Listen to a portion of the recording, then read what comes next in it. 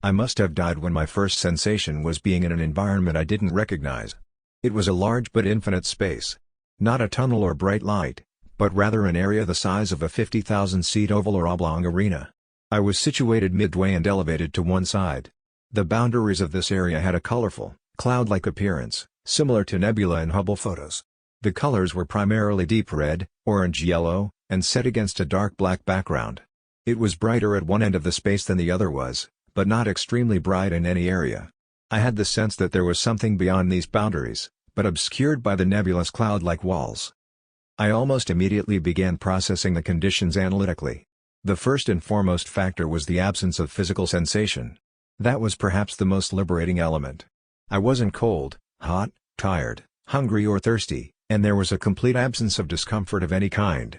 I'm inclined to think that the nirvana of blissful love people feel is at least dramatically enhanced by the stunning lack of human discomfort. I then attempted to look at myself, but could not see arms or legs.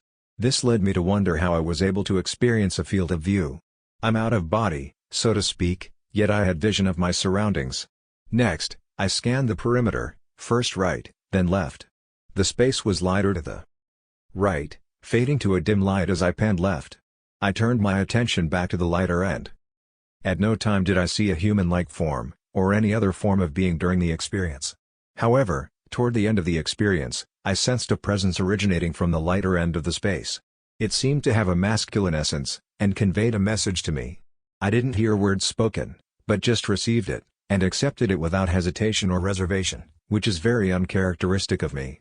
The message, for lack of a better term, was life isn't complicated, people make it complicated. I remember thinking, in that moment, something to the effect of duh, and didn't give it another thought. I went back to my observations of the space, but in the next few moments, it was over as suddenly as it began. I had the feeling that I maintained my identity, personality, and ability to methodically process information during the experience, and perceived it to be just as real as any other life experience. Not dreamlike in any sense. The perception of the accident that had just happened was not present. How I got there never entered my mind. I was just too busy and truly enjoying every second of it. Last, even though my surroundings were not recognizable, I had the distinct feeling I was returning, and not arriving the first time. I'm very grateful to have had this experience and I will cherish it forever.